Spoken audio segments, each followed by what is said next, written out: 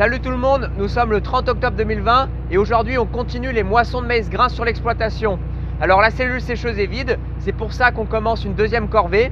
Donc la deuxième corvée va se faire dans une parcelle de 20 hectares située à 5 km de la ferme. Pour ce faire, on a pris une troisième benne pour avoir ce qui s'appelle une benne tampon. Car pour aller vider une benne, ça va nous prendre à peu près 2 heures. Le temps d'aller à la ferme, se mettre en place, vider la benne dans la cellule, revenir au champ, ça va prendre environ 2 heures. Du coup, pour éviter de trop attendre avec la machine au champ, on prend une troisième benne. Le champ devrait bien rendre normalement, il est beau. On n'a pas trop de dégâts de sanglier, on a 0,5 hectares de dégâts de sanglier sur 20 hectares. Donc voilà un peu le topo. Et je vous souhaite une bonne vidéo, allez c'est parti.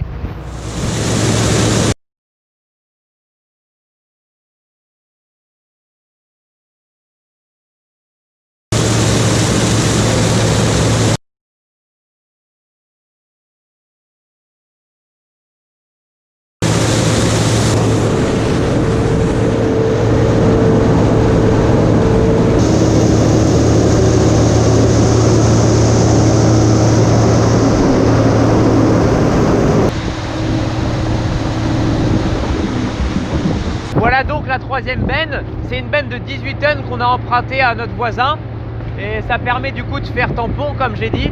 Alors ici dans le champ, ça se passe beaucoup mieux que la semaine dernière, les conditions sont meilleures parce que pourquoi? Parce que c'est un terrain beaucoup plus limoneux et l'eau filtre beaucoup mieux dans ce terrain, donc c'est un terrain qui est assez sain, du coup les conditions de récolte, ça se fait de façon sereine. Donc on fait sur cette parcelle un rendement de 150 quintaux par hectare, donc c'est excellent en humide bien sûr, c'est excellent. Pourquoi? Parce qu'ici on a donc comme j'ai dit un bon limon, donc un bon potentiel de rendement et en plus ici nous avons une région assez humide, donc l'été le maïs ne souffre pas trop de sec, du coup il a vraiment tout le potentiel qu'il faut pour faire de bons rendements. Alors c'est assez satisfaisant parce que ça compense un peu les mauvaises récoltes qu'on a eues dans les autres cultures, en févrole, en blé, etc. Cette année, ça a été une assez mauvaise année pour les autres cultures. Alors le maïs compense énormément, du coup c'est satisfaisant et appréciable. Donc voilà un peu tout ce que je peux dire sur ce qui se passe ici. J'ai pas grand chose d'autre à vous montrer puisque c'est un peu répétitif par rapport à la semaine dernière. Alors je vous propose maintenant d'aller voir une partie de vidéo que j'ai tournée il y a quelques jours sur la présentation de la cellule sécheuse. Donc c'est parti pour la présentation de la cellule sécheuse et comment le grain sèche. Salut tout le monde, nous sommes le 25 octobre 2020 et aujourd'hui je vais vous présenter la cellule sécheuse. Alors la cellule a été construite en 2008, j'avais que 10 ans. Pourquoi elle a été construite? Parce que on avait de très mauvaises qualités de récolte en blé. Pourquoi? Parce qu'ici on est dans une région assez humide où il pleut assez souvent et la rosée du matin met beaucoup de temps à s'évaporer. Ce qui fait qu'on a des périodes très réduites pour pouvoir récolter le blé dans des normes d'humidité. Alors en plus de ça, on a ce qui s'appelle le poids spécifique sur le blé, le PS. Le PS en fait, dès qu'il pleut sur du grain mûr, le PS, le poids spécifique va dégringoler. Et quand le poids spécifique dégringole, eh ben, on perd en qualité. Il est aussitôt déclassé à la vente et il est beaucoup moins bien rémunéré par les coopératives. Je fais une petite pause parce que je m'aperçois que j'explique mal. En gros, l'idée ici, c'est de pouvoir récolter le blé dès qu'il est mûr et de pas attendre qu'il soit dans les normes d'humidité. On le récolte malgré qu'il soit à 17-18 d'humidité et ainsi on préserve une bonne qualité de grain, on garde un bon PS. Alors on avait ce problème-là, on avait des mauvaises qualités de récolte et on s'est dit pourquoi pas investir dans une cellule sécheuse. En plus de ça, on récolte environ 20 hectares à 30 hectares tous les ans de maïs grain, ce qui fait que aussi le maïs grain a besoin d'être séché et ça rentabilise aussi la cellule. En plus de ça, nous le blé, eh ben, ça nous a dégagé du temps parce qu'on a pu récolter le blé quand il faisait 17-18 d'humidité, on le mettait à sécher et quand on avait des périodes plus sèches où le blé était dans des normes d'humidité, on allait récolter chez des clients dont eux veulent récolter dans les normes d'humidité. Alors ça nous a dégagé énormément de temps. Alors voilà la cellule, elle a une capacité de 200 tonnes maximum, donc on la remplit à 200 tonnes que en blé, parce qu'en maïs on la remplit qu'à 120 tonnes, puisque le maïs est à 30% d'humidité, du coup ça nécessite beaucoup plus d'énergie pour le sécher, et si on mettait 200 tonnes de maïs humide, eh ben, ça mettrait beaucoup trop de temps et ça consommerait beaucoup trop d'énergie pour pouvoir tout sécher. Alors là on met que 120 tonnes maximum. Donc voilà comment c'est fait. Ici on a la vis de chargement, ici la vis de déchargement Alors une fois qu'on récolte, on vient vider nos bennes, ça monte là-haut, ça arrive dans un éparpilleur. Donc l'éparpilleur, il y a une assiette qui tourne et qui tourne et qui éparpille le grain sur toute la totalité de la surface de la cellule. Ça évite que le blé que la cellule soit remplie en cône. Ça répartit bien de façon homogène le grain. Ensuite, quand la cellule est pleine, on intervient avec le séchage. Le séchage, on a 2 cuves de gaz ici qui font une capacité de 3,5 tonnes. On a la soufflerie qui souffle toute l'air dans la cellule pour sécher. Et le brûleur ici, du coup ça expulse un air chaud. Je vous montre le brûleur, comment ça marche.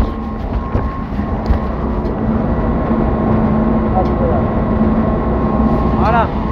Alors, en tout, on va sécher pendant 72 heures à en moyenne 55 degrés. Donc en fait, on programme 55 degrés. Le brûleur va se mettre en route jusqu'à aller à 60 degrés. Arrivé à 60 degrés, le brûleur se coupe, la température redescend jusqu'à 50 degrés. Et arrivé à 50 degrés, le brûleur se remet en route pour remonter à 60 degrés, ainsi de suite. Donc ça va sécher pendant 72 heures pour arriver à 14-15 d'humidité.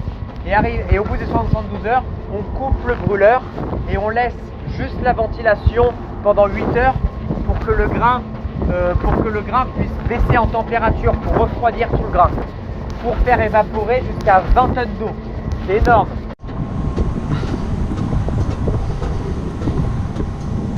Voilà l'éparpilleur, donc le grain monte d'en bas jusqu'en haut et arrive dans ce cône où l'assiette tourne et éparpille le grain sur toute la surface de la cellule.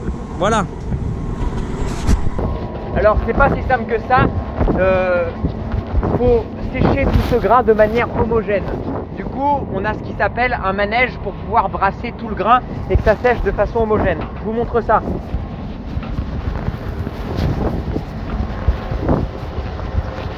Hop. Voilà, alors il y a de la buée forcément. Voilà. Donc là vous avez 4 vis sans fin qui va brasser tout le grain, qui va remonter le grain de bas en haut. Et en plus de ça, ces 4 vis sans fin vont naviguer sur le rail de droite à gauche, de l'extérieur jusqu'à l'intérieur, pour bien brasser de façon homogène. Et ça tourne en rond partout dans la cellule. Ça tourne en rond partout dans la cellule. Donc maintenant, je vais vous parler de l'économie. Alors, en frais de séchage, juste en prix de gaz, ça va nous coûter 16 € de la tonne en gaz pour sécher le grain. 16 € de la tonne. Alors, les coopératives, ça va être plus aux alentours de 30 € de la tonne. Et sans compter les frais de manutention, parce qu'en plus de ça, la coopérative va vous compter des frais de manutention. Alors nous, on divise par 2, ça nous coûte 2 fois moins cher, 16 € de la tonne. Et en plus de ça, ça nous permet d'être complètement autonome sur la commercialisation de notre maïs. C'est-à-dire qu'on le sèche, on le met, on le sèche, on le stocke à la ferme, il n'y a pas de frais de stockage. Et ça nous permet de le vendre quand on veut, quand les prix du maïs nous paraissent corrects. Alors voilà, on a vraiment une autonomie grâce à ça. Donc voilà le coût. La cellule, combien ça coûte en investissement? Je crois que c'est entre 50 000 et 60 000 €. Je ne sais plus, je vous mettrai le prix quand j'aurai vérifié au moment du montage. Donc voilà tout ce que je pouvais dire un peu sur la cellule sécheuse. Vous avez toutes les informations. Et maintenant, c'est parti, on va continuer les moissons de maïs.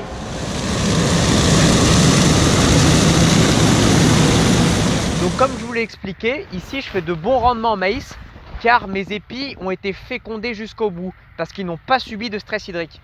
Comment on peut voir si notre maïs a subi des stress hydriques et est mal fécondé? Ça se regarde au niveau des poupées, au niveau des épis. Ce que j'appelle les poupées, c'est la partie qui est ici sans graines, en rouge. Donc en fait, un maïs qui a été bien fécondé et qui n'a pas subi de stress hydrique, et ben les grains sont fécondés jusqu'au bout de l'épi, c'est-à-dire que l'épi est fécondé de bas en haut, entièrement. Il y a des graines sur tout l'ensemble de la poupée. Et quand un maïs subit un stress hydrique, et ben la fécondation ne va pas aller jusqu'au bout. La fécondation va monter jusqu'en haut, va s'arrêter avant d'arriver en haut, et la fin de la poupée sera dépourvue de graines. Et ça, cela veut dire qu'il y a eu un stress hydrique et que l'épi n'a pas été fécondé jusqu'au bout. Donc voilà comment on peut voir si notre maïs a subi un stress hydrique et une mauvaise fécondation qui est induite de cela. Voilà, la deuxième partie des moissons de maïs est déjà terminée. On a fait 9 hectares 83 pour avoir produit 130 tonnes de maïs. Donc c'est assez énorme, de maïs humide bien sûr. Ramené à sec, on aura à peu près 110 tonnes. 100 tonnes, on va perdre jusqu'à 20 tonnes d'eau qui vont être évaporées au séchage.